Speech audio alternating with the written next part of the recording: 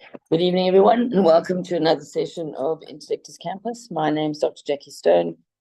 I am the Scientific Director and Clinical Lead for Intellectus Campus. And tonight, thank you, Pride. Tonight, I'm very pleased to introduce Dr. Martin Wucher, who for many is a well-known name on this group. Dr. Wucher works in Windhoek and he runs a functional medicine practice, and he teaches in a master's degree in integrative medicine in Dresden in Germany. So we're very privileged to have him on this call. From my point of view, I'm currently in Bulawayo, so I've had to join on my phone.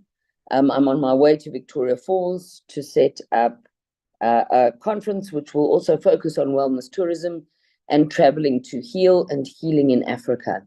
So Dr. Wucher also lectures on business in the medical world, and the wellness industry we know is a $42 trillion industry, and in Africa we are very well placed to help people to heal. And our track record over the last 4 years, I think, shows that the proof of the pudding is in eating it.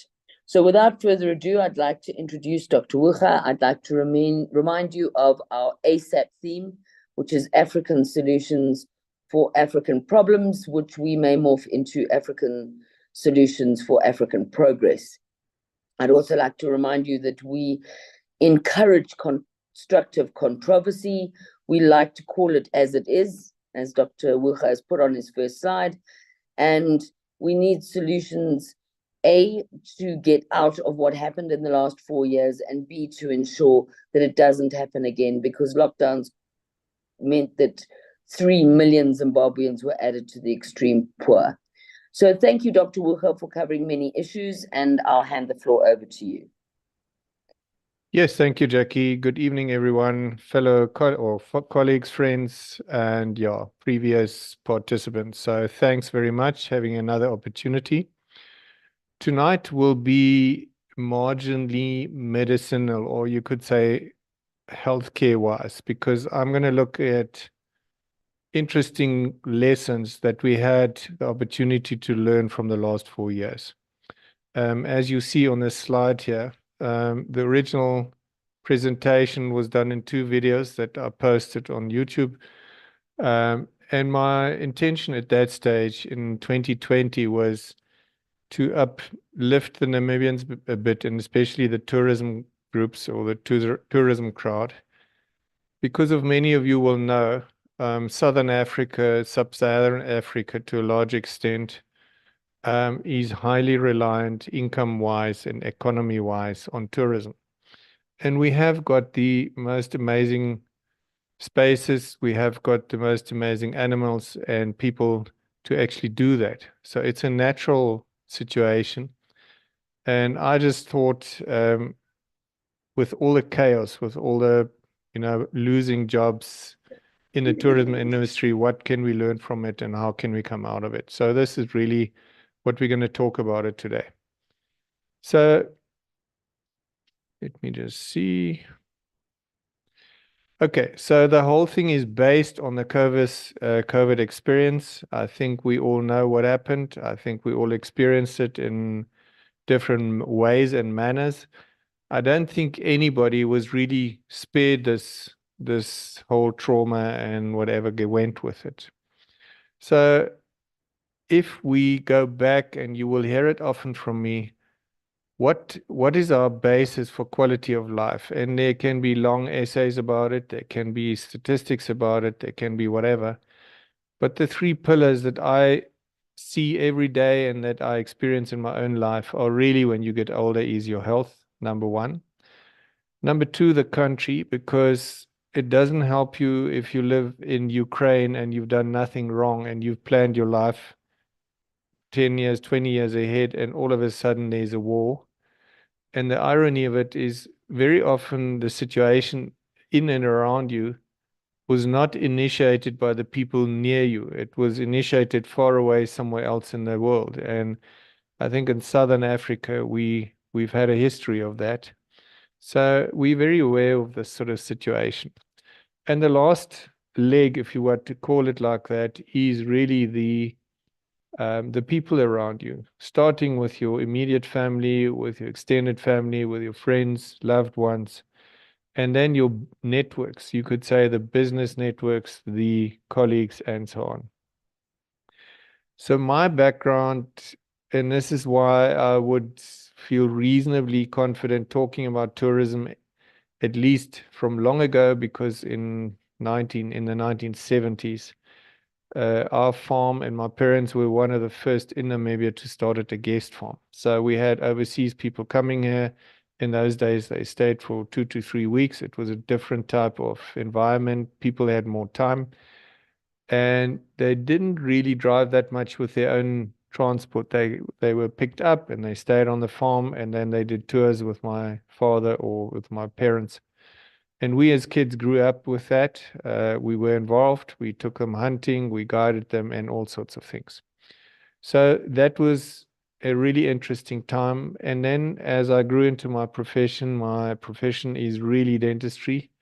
But before I went into dentistry, I did zoology and microbiology. So I'm very much influenced by the biology that I was, exposed to in my life, from the farm, from the animals, from the African bush. And you could say to the people today, the patients with all their, different symptoms and experiences. And then I was a shy person, but I morphed into a person that enjoys teaching and lecturing to people. So this is what I do as my pastime, and it invigorates me, and it really is amazing because you meet so many lovely characters and interesting people that way. So let's jump back to, in Namibia, it was the 16th of March 2020, and in Namibia it was a couple of tourism couple. I think they came from Romania. They were the first people who tested positive in Namibia, and of course the hype had got here already. And then when the first people tested positive, everything went ballistic. So, and if you want to manipulate people, and this is old stuff, and this is stuff that we've had in our different cultures, you could say for millennia, you want to make them feel guilty. And if you want to make them feel guilty, you can do anything and they'll conform because they want to cooperate and they want to basically show that they're not as bad as you said they are. So guilt is a massive tool. We saw it when we were told that if you don't get vaccinated, you might infect your grandparents or your children or whoever, and then you will be responsible for their disease and misery and possibly even death. The other one that is as old as humanity is obviously fear. Now you can use a spear, you can use a pistol, you can use any weapon, quite honestly.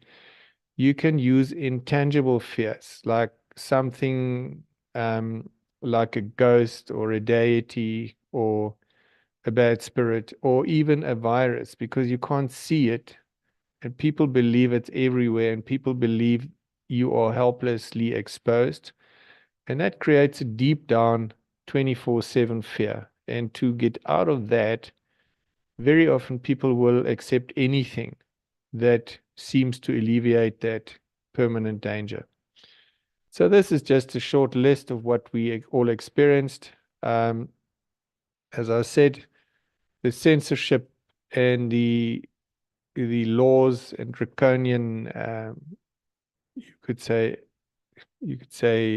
um, actions by mostly government were unheard of. At least in my life, and I'm 67 now, I had never experienced anything like this. As to the economy of our countries, it's also a disaster because everything that was working, everything that was generating money, everything that was keeping people employed was destroyed and locked down and eliminated. So within a couple of weeks, everybody was, you could say, sitting at home, not earning anything, losing their job, and so on. So for me, in the beginning, and I've said before, initially I accepted this as a medical problem, but it wasn't a medical problem. It was more of a human installed problem. If then you look at the international graphs, and this is from, you will see at the bottom here, 16th March. So it was actually the day that Namibia had their first cases of COVID. So you could see that the international markets had plummeted already by that time. So from, you could say, late 2019 to early 2020, world markets were crashing, and with that, world economies. So I called it a top-down event because while we were told all the horror stories about the virus, and look, it is a virus that makes you sick. It's not a nice virus. It's a nasty virus, as we know. I think we've spoken about it already, and it has been manipulated. So it was not a natural virus. In that way, it was definitely novel. And it made you really sick if you were not ready for it. But the effect of it was mainly secondary to what governments and institutions put on us. So if we look at the tourism one, and as I said, this is a model, or this is an experience that I've taken from Namibia, but it is just as well, valuable for everybody around it as well. So,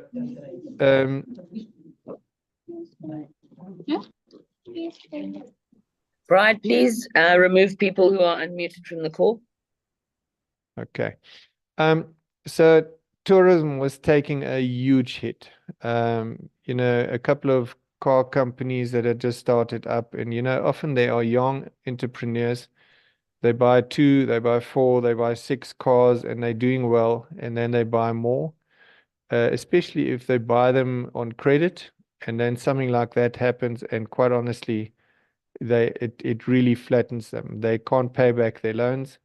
The car market to try and sell these cars then is flooded. It's just an absolute chaos situation.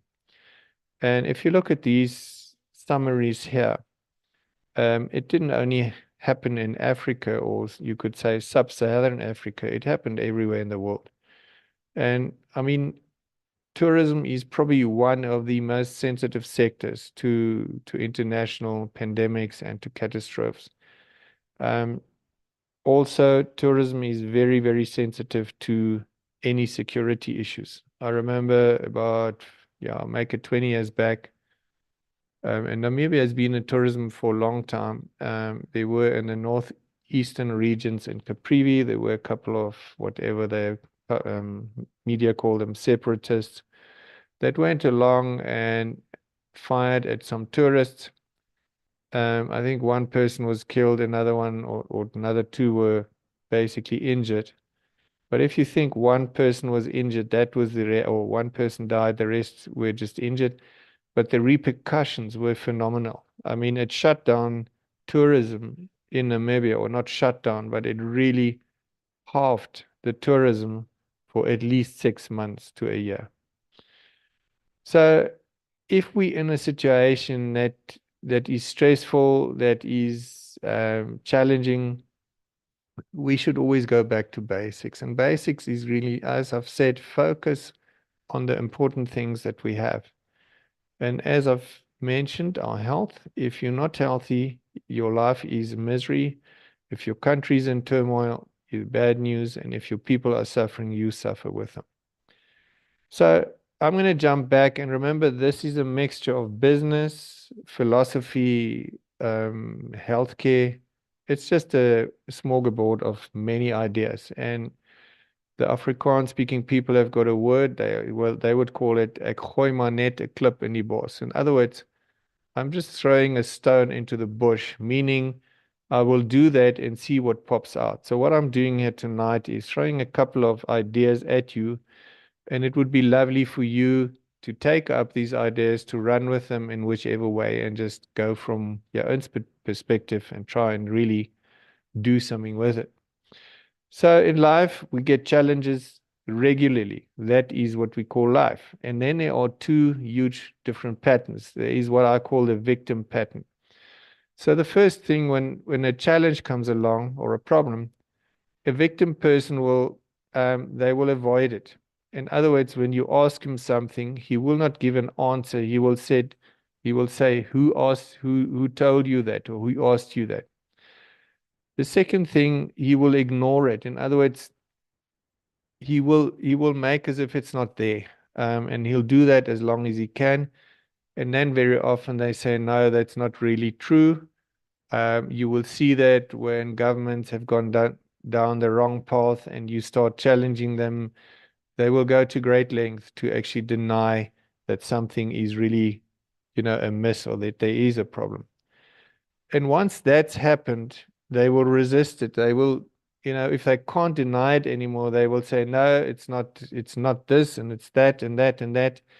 And once they start blaming, they are the full victim. So they've actually psychologically chosen to be in a negative cycle.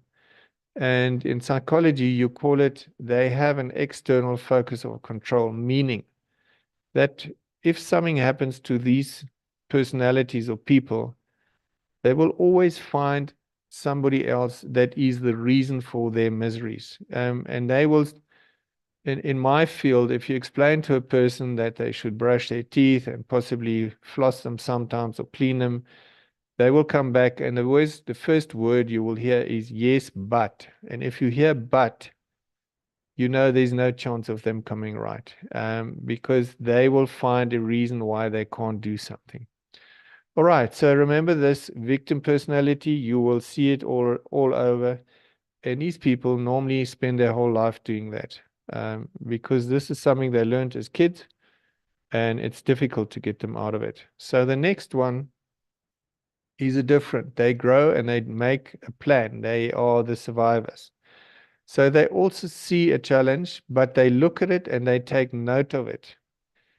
And they take ownership, or they acknowledge it. They say, yes, this is there, and I know it is there now. And they probably go there. They might take a while to think about it carefully, but they definitely don't deny it. And they definitely they then take ownership, or responsibility, and then they run with it.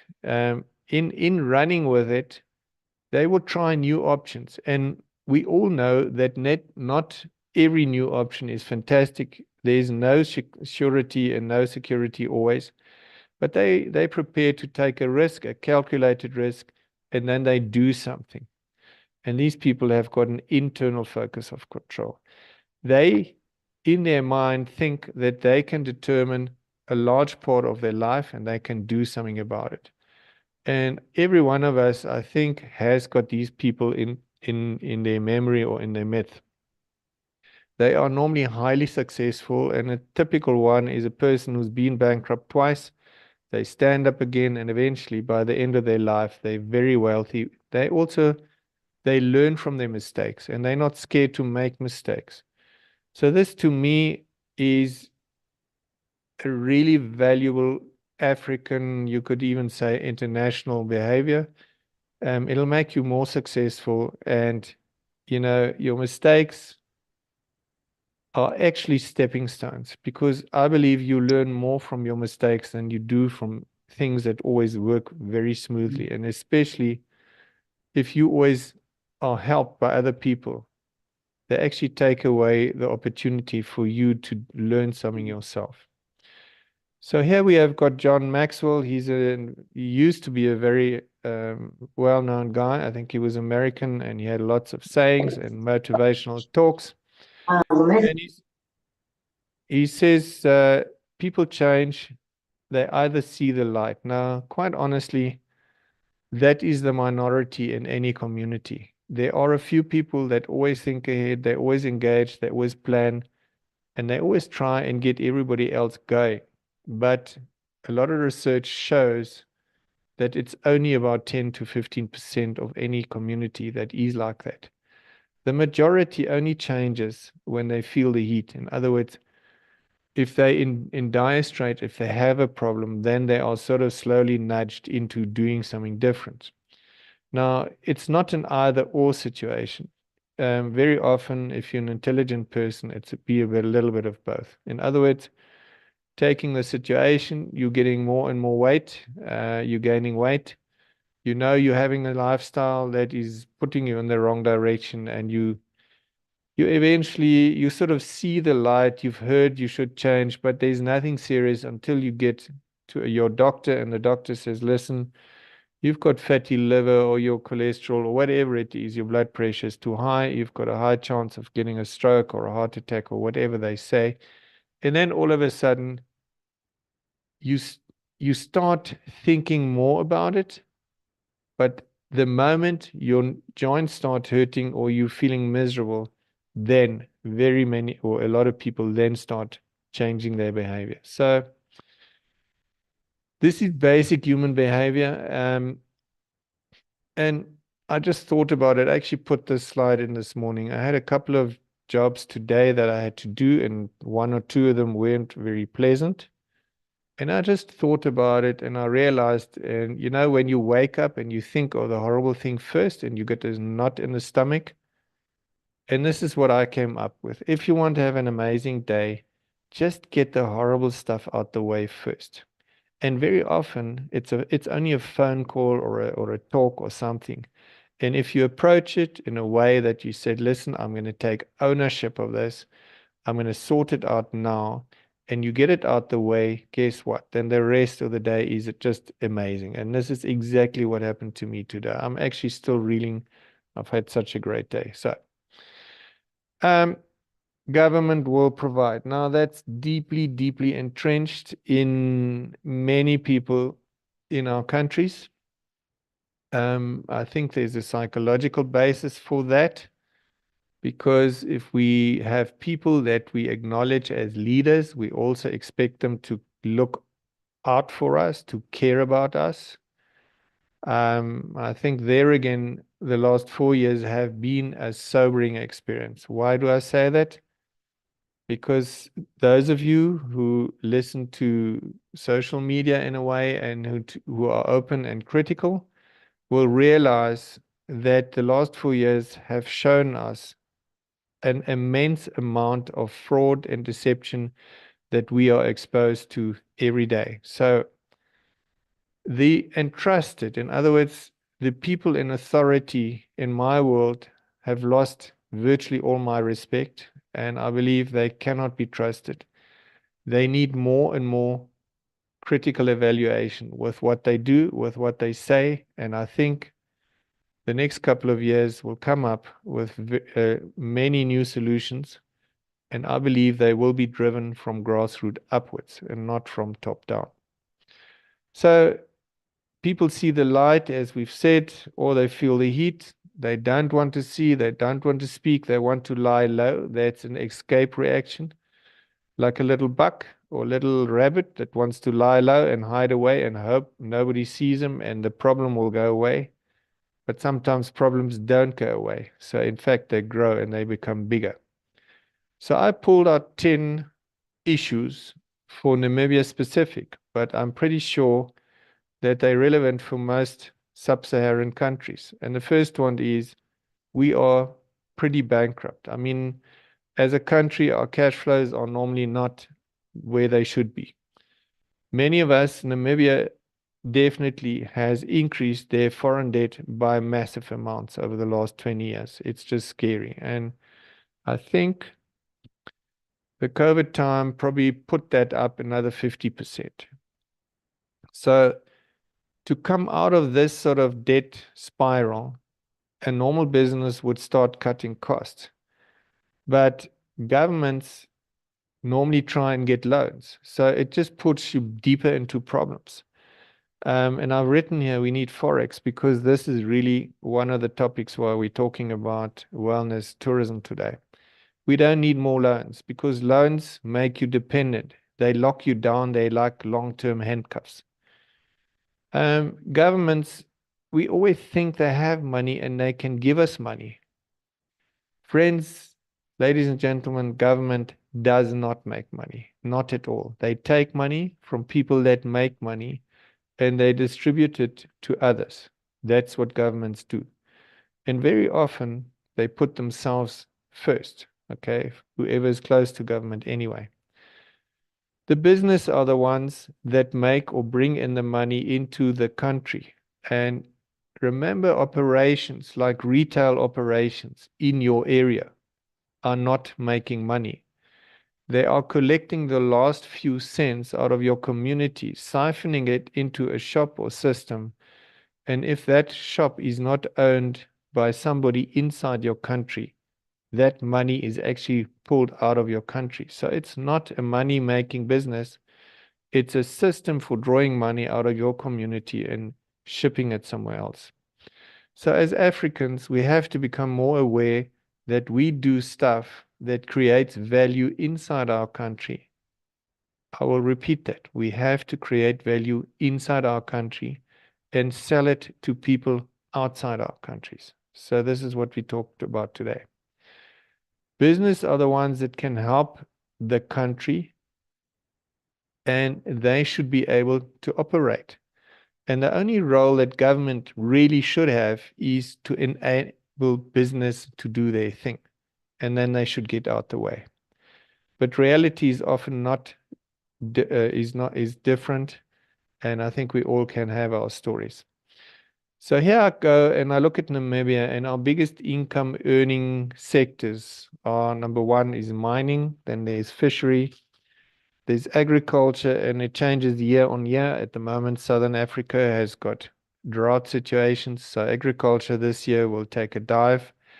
SACU, which is our combined customs union, and they share certain customs income amongst the countries. And then in the end, we've got tourism. Now, let's look at fisheries and tourism, and especially tourism. Tourism done in the right way is an amazing income earner. And I go back to my childhood days, because if I had to compare the income that we got from, say, raising cattle, which took 2 to 3 years, make it 3+ years from mating a cow to having a product that you could sell, and then having overseas tourists or hunters coming here and, either staying or doing a tour, it was like chalk and cheese. I mean, you could really do much more or you could create much more income by tourism in the same amount of time with much, much less risk. And it wasn't really dependent on the weather that much. We always have got beautiful weather. We've got sunshine, and this is what the overseas guys want. So if you look at fisheries, and I've taken fisheries now, fisheries earns roughly, or it used to about 2 years ago, 3 years ago, the income was 20 billion Namibia dollars. Now, if I put that into numbers, it's 20,000 million. So we have, at that stage, we had 2.5 million people. The latest census tell us there are 3 million. I'm a bit skeptical because I don't know where in 3 or 4 COVID years, 500,000 people could have come from. But anyway, the numbers aren't really that critical. We still have a small population, and if you work it out, that would give us 8,000 Namibia dollars per every person. That's per annum. So divide that by 12, and you would get to about $800-900 a month. That is without working. That is every baby. That is every granny. That is everyone. So it's a huge amount. The question then is, and this is only fisheries. We've got mining, we've got tourism, everything on top of that. So actually, if you look at all this, why is Namibia in debt? This is the big question. So if we go back to tourism, we have an estimate, or had an estimate, and remember this is 2020, the numbers might have changed. I think the latest statistics show us we're pretty close to where we were at the beginning of the pandemic now again. So make it 80,000 people employed, and there are some research, or is research that we did in the Chamber of Commerce in our local town. And that came up with a rule of thumb in African environments. If you have one person with a formal employment, they will earn enough to sustain and support about 10 of their family members or close relatives, because the money will be given to ABC, and the ABC will, inside the informal sector, they will say, sell meat like kapana, or they will sell other little food items.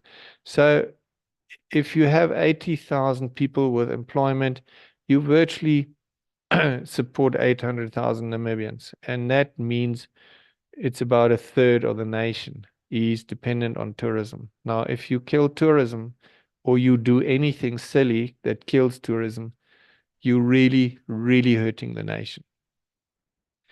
All right, let's look at the drivers of tourism. Why do people come to Africa? And first of all, Africa for Europeans and even Asian countries is like still exotic. It's adventure. It's, you know, the safari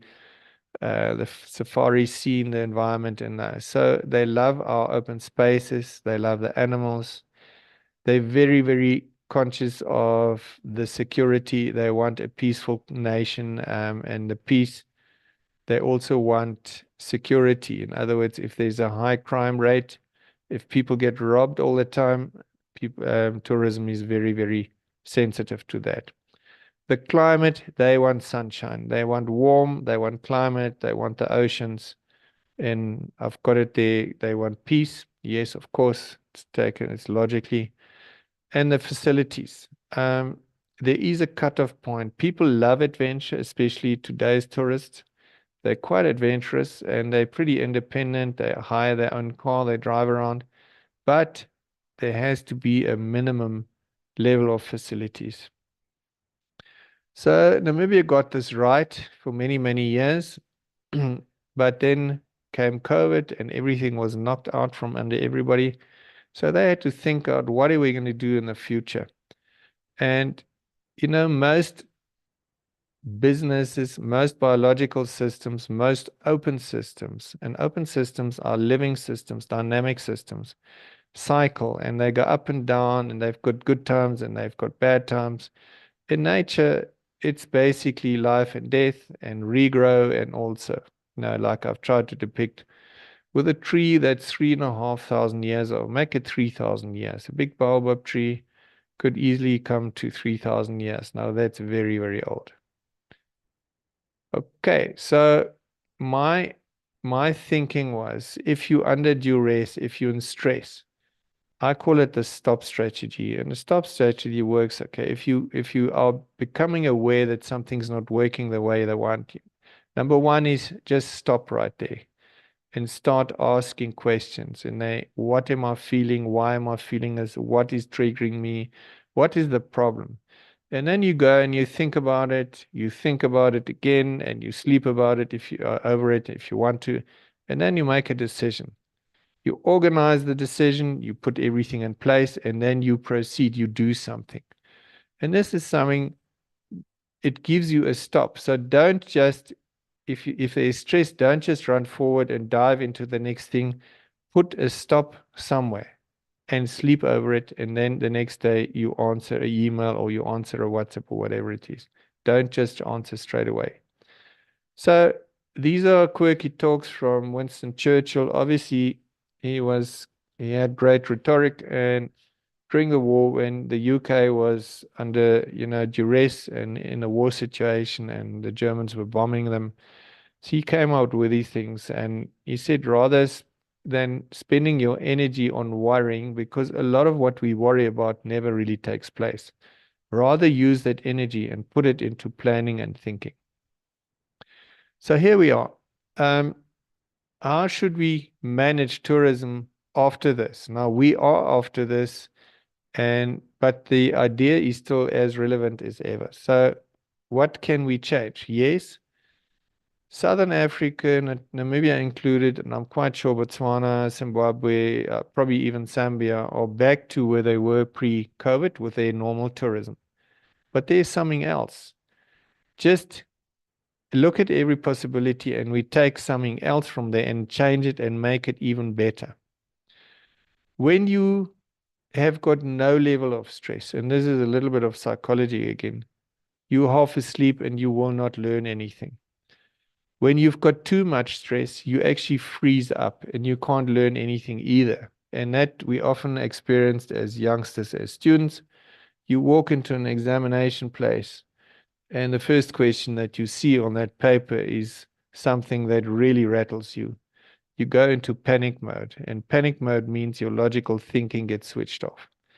Your immune gets switched off, and your digestive system gets switched off. So you sit there, unable to think, panic, you've got a knot in the stomach, and you're also open for infection.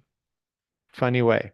So what's the middle way? The middle way is, I call it the stretch factor. So if I want to teach my staff something, I put them under a little bit of pressure, but I don't get them into the panic mode. So I calm them down. I say, okay, give me answers, give me answers. So then they get a bit agitated, but I don't proceed until they're in a panic stage. I don't tell them you're going to be fired if you can't do that, because then they'll be in panic and they will not be able to do anything. So to sum it up, in life, if your heart's not pounding, don't go there. It's not worth doing it. You have to have a little bit of stress to actually do something. So when we move forward, let's move into the business side a little bit. So a business, and that holds for a very simple business. You could say a street vendor, a person selling millies, cooked millies at the side of the road, or it can be a multi-billion-dollar industry.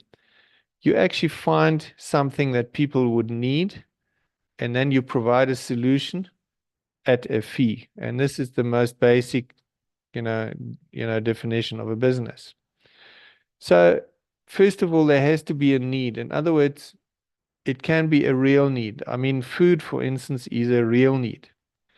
And then there is perceived need. In other words, perceived needs are pretty much open to manipulation, to marketing, to propaganda even.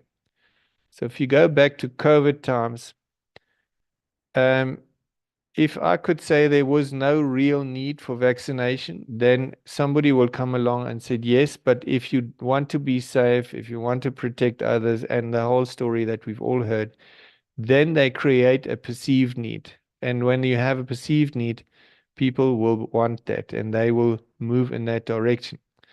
Another perceived need is the fashion industry, the cosmetics industry, and all these things that suggest to young or old or whoever they are, male and female, that they're more attractive, that they're more valuable if they put perfumes on in a certain way, if they wear certain branded clothing, and so on. It's a perceived need. The real need is you need a t-shirt. The perceived need is that it has to be a polo shirt or something.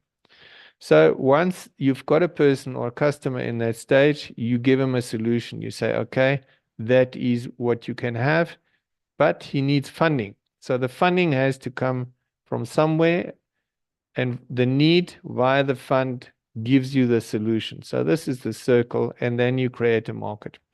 If there is no funding, there is no market.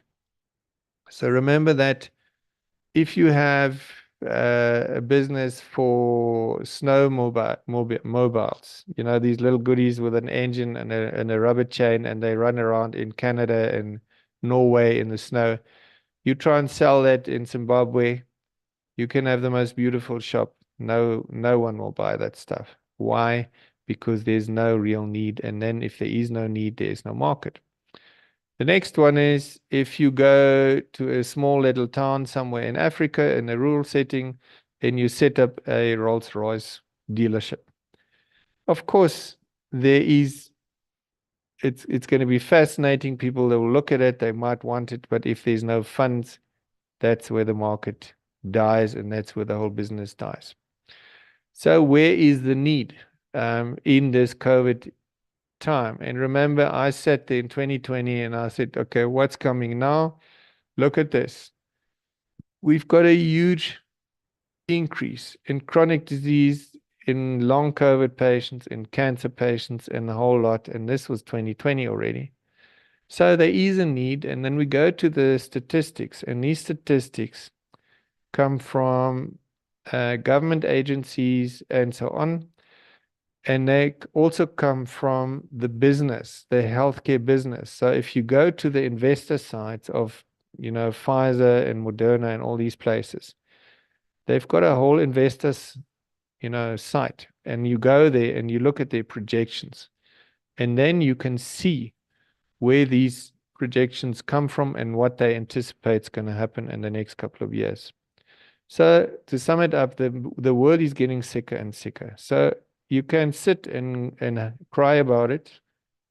You can also sit and say, okay, if the world's getting sicker, this is a business opportunity and I can do something about it. If we look at the COVID environment, and we are there, or I'm there at the moment, you guys are around me, but you're also pretty close there. This was done, I haven't got the date now, but I think this was more or less October, November 2020. This is where COVID was. Now, colleagues, friends, in the world, where would you rather be? Would you be in the northern half? Would you love to be in China? Would you be in Asian countries? Would you want to be in Europe or even North America? And I would say, no, thank you. If I want to be as safe as I can, then I want to be somewhere in Southern Africa. It's actually a sobering graphic, this one, because we are one of the quietest, nicest places. Now, move to today's environment. We've got massive conflict in the Middle East. We've got conflict in Europe that is escalating day by day by day. NATO is pushing, Russia is pushing back. Who's to blame? I believe everyone's to blame. So I'd rather be down here. I'd be out the way. So I think it's a gift. We can be grateful for where we are, and I think we can make the most of it. But why can't we sell that to potential tourists? Of course we can. So this is a normal scene in Africa. This is a lodge to about 200, 300 kilometers southeast of Windhoek. They've got a huge flat dam area. This was obviously the rainy season, and they've got this beautiful sunset scene. This is another one. We've got lots and lots of lodges. Now, Namibia is more arid. Zimbabwe, Zambia, Southern Africa, or South Africa have got more lush environments.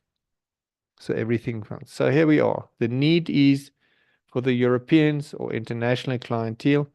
They want to get away. They want to get into open spaces. They want to find peace and quiet. They want to experience quiet times. They want to regain their senses and regenerate their bodies with as little risk as they can. So this is where our environments are ideal. And I've basically matched this one with a Namibian flag. So we've got all that. We've got nice, friendly people. We have got moderate or virtually no crime or no violent crime. We're peaceful. The roads are good, and. So now we have to give this information to the markets. And then how are we going to do it, in which niche we want to operate? We all know normal tourism. So what I did, I went and looked at these international, webs agencies working with wellness trends and wellness tourisms. And this was in 2019. And look, there is wellness takes on over tourism. Over tourism was tourism. It's a name for tourism that is concentrated in certain places. For instance, if you go to Europe, virtually everyone wants to go to Paris and look at the Eiffel Tower. So the Eiffel Tower is completely overrun. In Holland, you will find certain places, Schiphol Airport, what. Every tourist will go to certain places. And when you get to those places, they'll be so crowded that they're actually not peaceful anymore. In Namibia, we've got certain spaces because it's an arid environment, and there are many tourists that want to go and visit the dunes. There are some dunes that are getting to a little bit like over tourism because everybody wants to go. They all want to stand on the dune at sunrise or sunset, and they want to have their picture taken. So wellness is competing or taking on that lot. And then again, this is from a global wellness summit. So they looked at different issues and they gave us some figures there. If you look at the spa economy, if you look at personal care and beauty anti-aging, and I think it's a global value. It's obviously, if you look at the total market, 4.5 trillion, that is crazy. That is a huge amount of money. And about 1 trillion or 1 billion is aging and personal care, anti-aging. Then there is normal traditional complementary medicine on the top left. You've got nutrition, 702. And look at that, wellness tourism, 639 billion. It's huge, okay? So why aren't we there? Why aren't we not focusing on that way? And the different sectors that this is just a different way of putting it down. So you can have normal tourism, but they look at wellness tourism specifically here. What is wellness tourism? Now, often we confuse it with medical tourism. Now, medical tourism is if you need new teeth or dentures or crowns or whatever done, you look in Europe, the Central Europeans used to look at Poland or something like that, and they used to go there because often they could get the stuff at half price. So it was a purely economic decision. They went there, they had their stuff done, and often it went well, very well, and sometimes it ended in disaster because if something didn't turn out, the local professionals weren't keen to help you, and then you couldn't really go back to the people that provided it. So it wasn't an easy way. It's also, if you have Americans going down to Mexico to have a butt lift or boob lift or facelift or whatever, it's much more affordable, but it also carries a risk. And often medical tourism is associated with certain medical and invasive interventions. Now, wellness tourism is not like that at all. You don't go and cut and inject on any person. You basically go to a person, you give them information, you give them, you could say soft support to improve their health and regeneration. And a lot of it is really teaching, is information, is engagement with them, is motivation, and so on. So this is what we're actually talking about. And if you look at models of healthcare, the most, let's say, the most radical and most severe is rescue intervention. In other words, the patient has a car accident or the person, they go back into surgery and they are kept alive and stabilized. And that is what their function is. But there's another half, and the other half is starting at the top, work and play, wholesome living and balanced living, lifestyle. What foods do people eat? And I would say today that possibly at least 60 to 70% of our chronic disease could be changed drastically if the food and the stuff you stick into your body and onto your body is managed in a better way, and you realize what it does to you. If you can change that, you will have a completely different health outcome, especially when you get older. Because all the little things you do over time, they don't impact you immediately, but they impact you over time.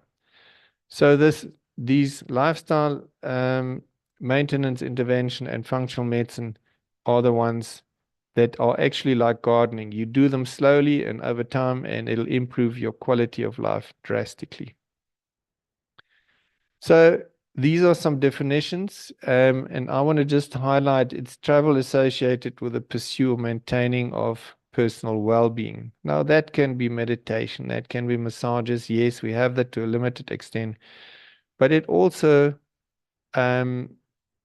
gives you the opportunity to teach these people something, and teaching them something really needs very little infrastructure. It needs the people with the knowledge, with the enthusiasm, with the right package to present it to these potential patients in the right environment. And I think in sub-Saharan Africa, we have got a lot of that. So the trends is that tourism industry took a knock. It's probably coming up, and then the wellness industry is just popping up like crazy at that stage. And remember, that was 2020. It was double the normal tourism. It's just crazy. So I think there is a huge opportunity for us to really go do our homework, look into this, and then learn from there and get into that industry. This was interesting to me. Many Southern African countries are there, even East African countries. So I see Zimbabwe's there. Namibia, nowhere to be seen. Maybe we just too small, or we didn't enter that, we didn't enter our data properly. Well, I don't know. But anyway, it really gives us an indication that there's opportunity and that we should try and exploit them. Okay, so what are the big issues today? The big issues today, and I will give you a slide and right in the end, is that we are sitting with an epidemic of chronic disease. Now that's cardiovascular disease, that is obesity, that is metabolic syndrome with all the high blood pressure, cholesterol abnormalities, right up in the end to cancer, which is the more acute, the more radical, the more faster. And then we've got some of the most terrible ailments that I would say is Parkinson's disease and Alzheimer's and stuff like that, the neurodegenerative disease. Why are they so terrible? Because you don't die quickly, you die over many years slowly. And it's very, very, very traumatic, not for the patient, but for the families around it, because they virtually lose their loved one right in front of their eyes. Maybe as a blessing, the patient themselves, they don't experience it that much anymore. They live in their own bubble, and which is maybe a good thing. But it's really, really traumatic for the families and for everyone that loves that person. So Namibia needs to wake up.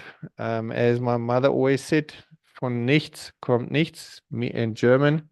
That means from nothing comes nothing. So in other words, if you don't move your butt and if you don't do something, don't expect anything. The world is not waiting for you. You have to show that you earn your place under the stars. So what are the issues? Why are we not into this more? Haven't we just not thought about it? This is one of the oldest, and I've said, this is the victim mentality popping out. And this is why I put it in the beginning. So be aware. If anything, if the little voice in your head pops up and say, yes, I can't, or if you start saying yes, but stop right there and think if you really have to say that and why would you say that. It's normally your deep down subconscious crocodile brain that is scared of something or not ready to change, and it comes up with it. So this is our victim mindset.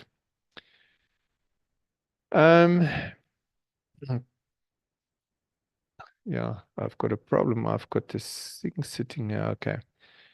In that time, it was the fear of Corona that paralyzed everyone. Okay. And we had the lockdown that was also hopeless. We couldn't do very much. In fact, we were sent home. Overregulation. Now, and I want to throw once again a stone in the bush. Overregulation started 4 years ago and it hasn't abated. If you think carefully how many regulations and new rules and financial forms you have to fill in the last 4 years, it's just crazy. Piles and piles and piles. Just think how often you had to have a photocopy of your ID. I'm sure my bank have one vault just full of my IDs in the meantime. It's just crazy. Governments sit. They get paid inside and outside right through lockdown. When our president says we are all in it together, I want to say you are not in it together. We are swimming in the sea with a tire around or a tube around our waist, breathing to death, and you sitting on the yacht. We're all on the same ocean, but it's not the same. So government has to come down to earth. Government has to understand what's happening with the people, and they have to govern a country from this, you could say, from the vision of the people. And unless we can get that instilled, we're going to have a difficult time. People will always say, yeah, that will never work. It can't work. It won't. And people that do that, sometimes they've got a point, especially if they're elderly. They will tell you the red lights, and you pretty do well to listen to it, but don't let it guide you. Just take it as a warning, think about it carefully, make a new plan, and move on. Personal conflicts with people in your side, and then, of course, personal conflict is if you've done something and it hasn't worked, many people then are scared to try something new. Corruption and greed. I've been in business for, make it 40 years now. So you have to decide. If you are greedy and you want to make the most money in the short time, you will not retain those customers in the long term. There has to be a balance, and nobody can teach you that balance. Maybe your father or your uncle, one of your eldest. If you want to have a lifelong business, you have to have repeat business. And to have repeat business, you have to be trusted. You have to be trustworthy. And I was talking about the trustworthiness earlier on. Once you lose your trust in the world, I believe you won't get it back in your lifetime. So the institutions that have lied to us and that have locked us down and that have lied to everyone, I don't see them regaining the trust that they once had. All right, the last one is just waiting for a better day. Sometimes it's okay. But if you want to move forward, remember, von nichts kommt nichts. So you have to get moving. You have to look at the opportunities. Start small. Don't throw your whole business in the new thing. Take a part of your practice, run a few courses once or twice or thrice a year, speak with your local lodges, start a little workshop, maybe only with 10 people, with 20 people. Start with your friends that they give you feedback and see how you were doing. And this is what happened, this is how I evolved, how I started getting into this, I call it wellness business. But Africa is a country that is really, really innovative if they are under stress.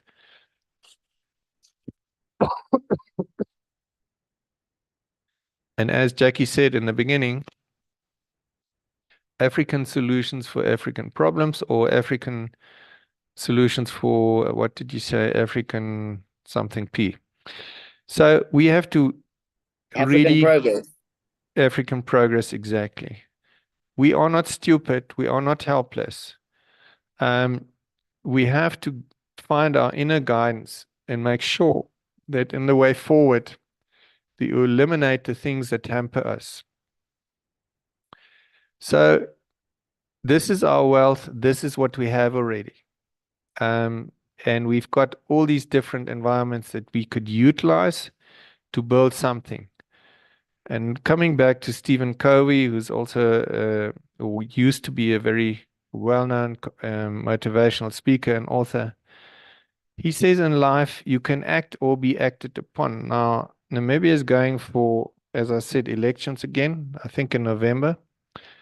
And many people come along and say, I'm not going to register. I'm not getting a voter's card. I don't like politics. I'll stay away.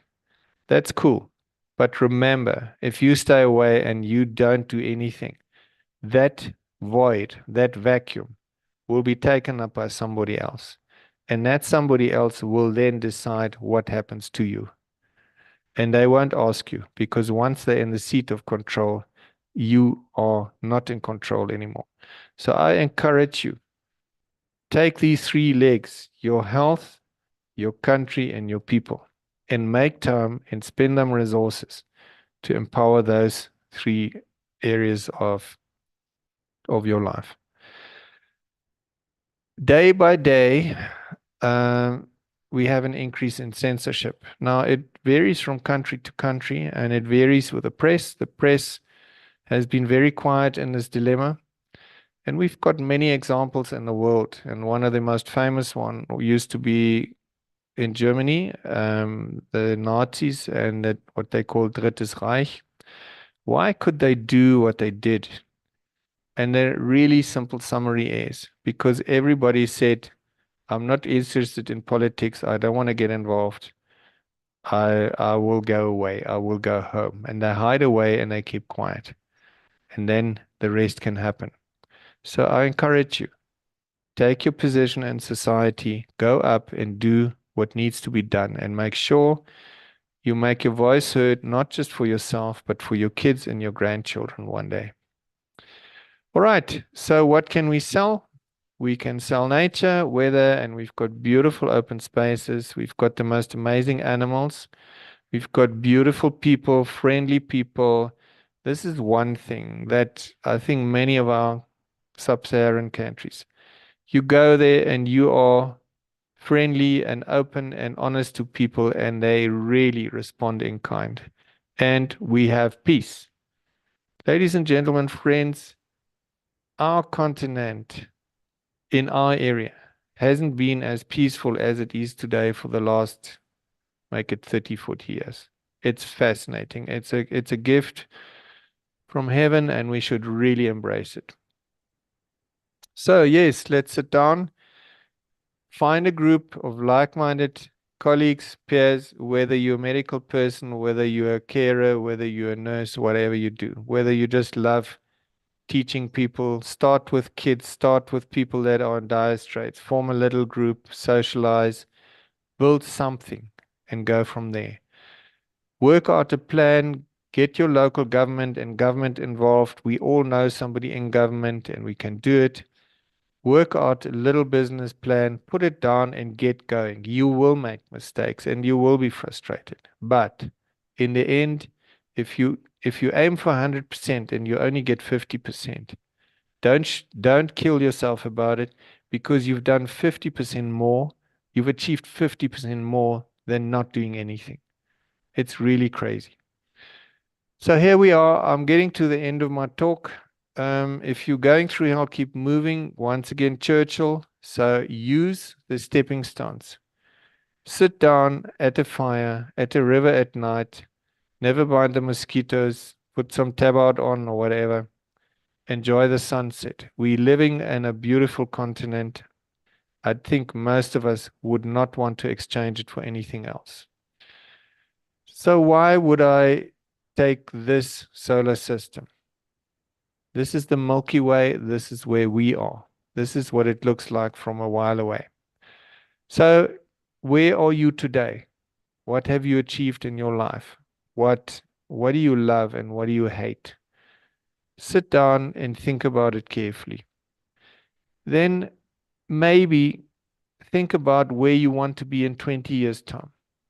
Don't just let it happen to you.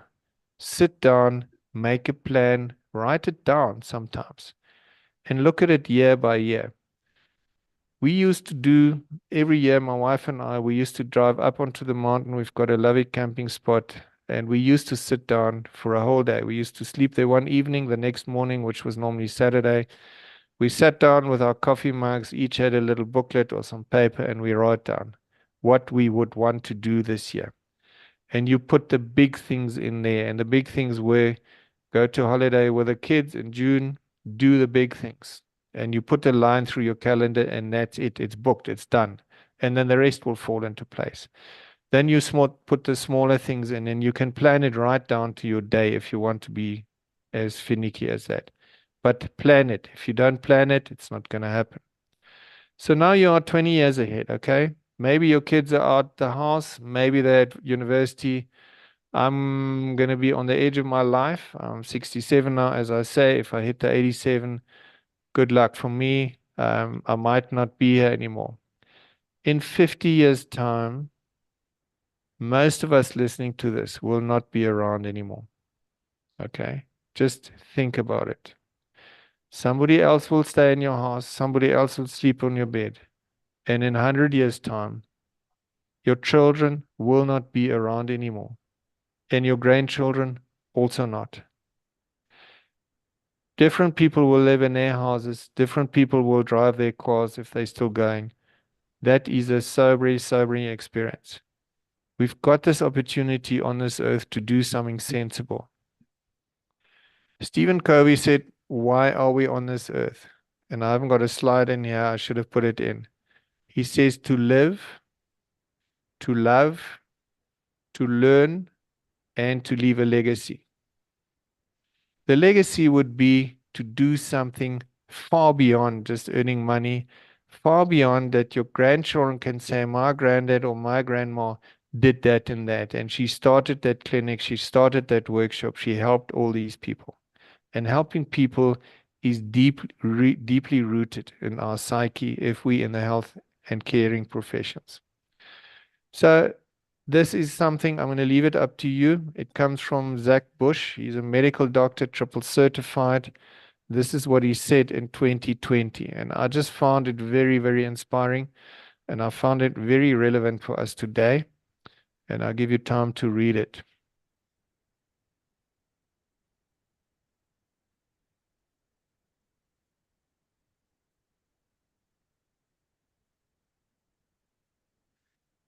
I especially like the last paragraph. Yes, we should act different. See beauty everywhere and that.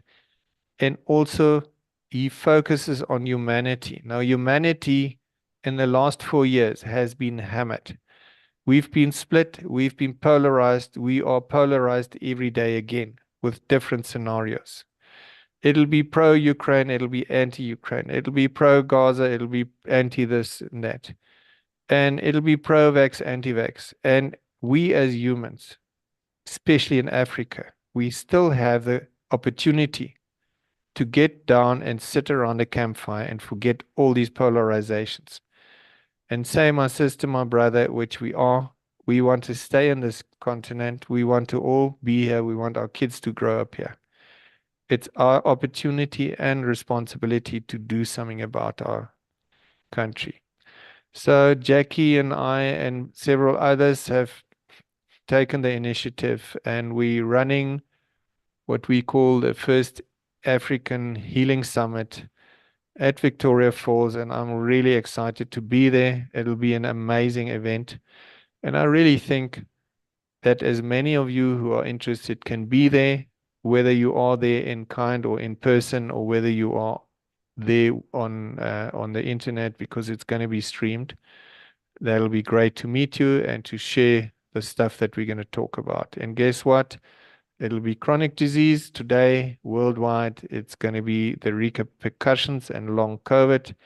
And then emanating from that, it'll be the rise in cancer and how we deal with it. So, ladies and gentlemen, thank you for your time.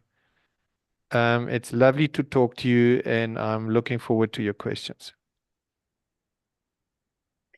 Thank you, Martin. As ever, totally inspirational. I'm flying to Vic Falls on Saturday morning to go and set the whole thing up. So exciting times ahead. And I think one of the things we are discussing that's come out of this is two things have come out of it. One is to pair with the Australians they do the Australian College of Nutritional and Environmental Medicine. So we can start pairing with our own version of the One Health concept, which is where we bring habitat and environmentalists and agriculturists and doctors together to focus on wellness. And if we have the African College of Environmental and Nutritional Medicine, if nothing else comes out of all of this, that will be a huge plus. The second thing is to start pairing with the tourism industry. We already know that people go from the UK to Spain and pay £1,000 a day just to have a doctor on site and a yoga class and a massage. We can offer so much more in Africa. And we as doctors don't necessarily know how to market this. I had a call this morning with the Australians, it's my time in the morning and their time, 5 p.m. And what they said, which was interesting, was that they don't market this to doctors anymore because doctors are only interested in earning a salary out of medicine. And that's very short-sighted because most doctors in this country are working for the state system, or even with the medical aids not paying them, are hanging in by their fingernails. And there's so much more that we have to offer. doctors are usually leaders. They're usually innovative. We didn't, and you will know this, to just get into the courses that we got into, we're in the top 1% or less than 1%, and we should be leading our communities out of this. And we need to think a little bit outside the box. The old system is a dinosaur system, and people who keep hanging on to it will become extinct with it. And that's my opinion personally. The wellness industry is massive. And what they're saying in Australia is the government doesn't fund the National Institute of Integrative Medicine at all, but the patients fund it and the billionaires fund it because they want health and they want to be well. So, Martin, I don't know what your vision is of how we actually execute this and how we motivate people in healthcare provision, which is not exclusive to those who have an MBCHP. Certainly, Intellectus Campus will start working with the Natural Therapies Council to start certifying people who are not necessarily MBCHP to deliver healthcare. And that's one step. But how do you see us pairing with the tourism industry? Look, I think it's actually not that difficult. What I've sort of started doing is I go to specific lodges that have, some of the lodges have got the right ambiance and they have got the right mindset and they want to do something like that. And many of them have got massage services and that sort of stuff. But beyond that, they don't teach people anything. In other words, people come there, they eat the lodge food, they go for a massage or a cruise on the river, and they do what normal tourism offers them. But I believe there could be so much more. If you had, for instance, just, the catering fraternity knows exactly. You can have tourism over a week, but if you have one big workshop on a weekend or 2 or 3 days, the income from that workshop is much more than you get in that week. And they have to all jump around and run their backsides off, but they earn good money in that. So it's an old story. Doing well while doing good. You do something good, and the guy comes back from Africa, and he doesn't only, have a nice time. He goes back with new knowledge and new life skills that make him a healthier person. You could easily, once you've taught the right foods, for instance, and this is what we're going to do and try and do in Vic Falls, then show them African food that is really healthy and that has got everything in it that's not processed. In fact, it'll make you healthier than anything you can buy in a supermarket. And for the Africans that are in this, I would say Africa is reaching an abyss. What do I mean by that? Is that our urban populations, the one in the cities, they are buying all this processed stuff, and you can see at their bodies, they're getting overweight, they're getting bigger and bigger. Their grandparents in the villages don't have any blood pressure issues. There's no cholesterol issues. They don't have diabetes, nothing. There's no rheumatoid diseases. There's no Parkinson's, Alzheimer's. They live to a ripe old age, and their minds are very often very much awake. In the cities, we see it in the dental arena. Little kids, all of a sudden, they have got malocclusions. You go to the rural areas, you just see beautiful white smiles with 32 teeth in the mouth. There's no caries. It's nothing new to Africa. It's happened in other places in the world. But we are now at the time in our societies where this is hitting us. And we have to learn that, and we have to be awake. And this is part and parcel of, I believe, what we try or you try and teach at Intellectus Campus. Because here we have the professionals that are at the front line. They have to learn and get made aware of what's coming, and then they can bring that to their people. So answering your questions, how do you do that? You were talking about associating with other international associations. Yes, but start small. Start with your own lodge, speak to them, offer a course. Maybe it's just a Saturday morning. You can start small. Have a holiday thing for kids. In our country, we've got quite a few organizations that takes kids during the school holidays and take them into the bush, and the kids love it. and they come back a different person. Okay. Let them walk with the elephants. Let them go trekking and all that sort of stuff. It's really, really valuable. Life is not a cell phone. Life is not a digital gadget. Okay. Actually, the digital gadgets should be tools to do business. They shouldn't be entertaining tools. The moment they entertain you, they enslave you. For entertainment, go to nature because nature will never enslave you. It'll care for you. I don't know if that makes sense, but I think start small, start local, and get your mind ticking. I mean, you guys listening to this tonight, you're not stupid. You're all very, very intelligent people. Okay, work out something. Just do it. Thank you, Martin. And there's lots of compliments in the chat suggesting you become a motivational speaker, and I would agree with that. We're coming up to 7:45. I'm aware that people who are running this call are still in the office, so I think we should end it there, and we can put this out as a YouTube clip. I'm certainly looking forward to what comes out of the Victoria Falls conference. I think it will be a meeting of many minds who've been on the same page for the last 4 years.